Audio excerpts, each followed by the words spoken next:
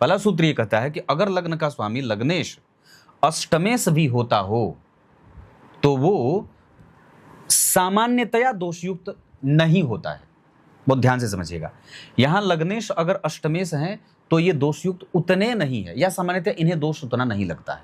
ये पहला सिद्धांत है। जबकि अगर जन्म कुंडली में अगर कोई ग्रह जो लग्नेश भी हो,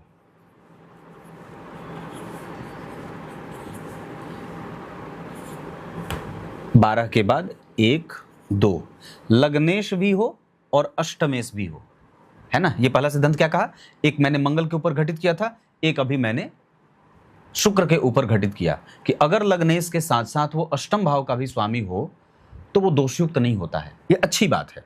पर कब दोषयुक्त नहीं होता है, तो सिद्धांतकार लिखते हैं कि या तो लग्नेश यहीं बैठे हों या तो यहीं बैठे हों, मतलब या तो वो लग्न में बैठे हों या अष्टम भाव में बैठे हों।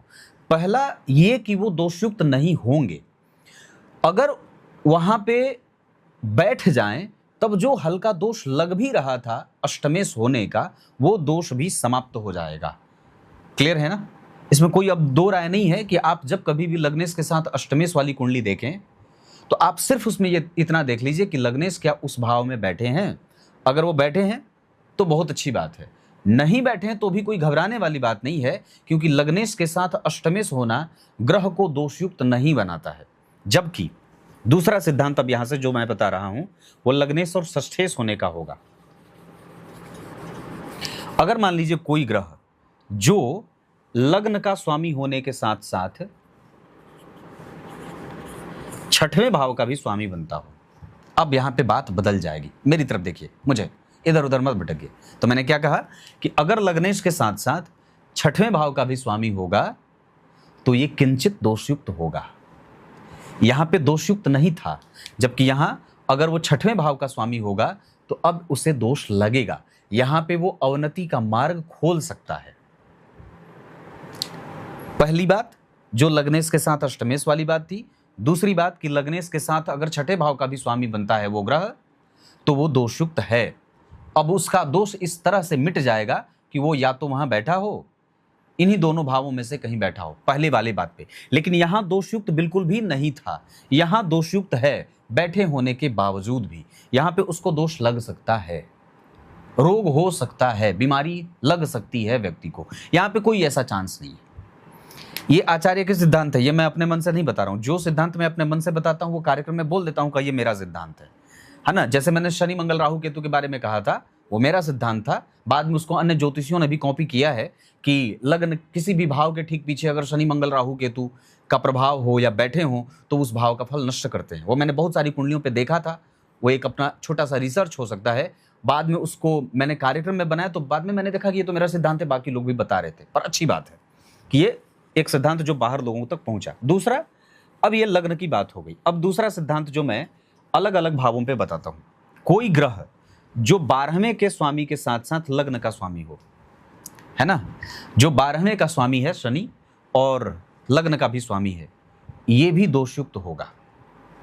अगर 12वें के स्वामी है और लग्न के भी स्वामी है तो ऐसा सिर्फ एक ही ग्रह बनेगा, वो बनेंगे कुंभ लग्न की कुंडली में। ये दोषयुक्त होगा। इसका दोष तब समाप्त होगा जब वो ग्रह लग्न में बैठा हो या 12वें बैठा हो।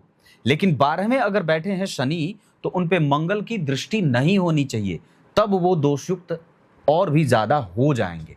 अगर अकेले खाली बैठे हैं तो मारक दोष से युक्त होंगे। मतलब अगर कुंभ लग्न की कुंडली बनती है तो 12वें भाव के स्वामी होने के कारण शनिदेव यहां दोषों के साथ परिणाम देने वाले ग्रह बनेंगे। यह लग्न से संबंधित तीसरा सूत्र हो गया। बहुत सटीक सूत्र है और ये सारे आप किसी भी कुंडली पे लागू करके देख सकते हैं। वो जातक दोषों से युक्त होकर के जीवन जिएगा या उसके जीवन में ऑब्स्टेकल आएंगे। तीसरा सिद्धांत ये कहता है, अगर ग्रह लग्नेश के साथ साथ धन भाव का भी स्वामी हो, लग्नेश के साथ धन भाव का भी स्वामी है, चूंकि ये मारक भाव है। कहा ना शास्त्र में, सप्तमम मारक स्थानम तस्मातु प्रबलम धनम। सप्तम स्थान से मारक ज्यादा दोष द्वितीय भाव को लगता है।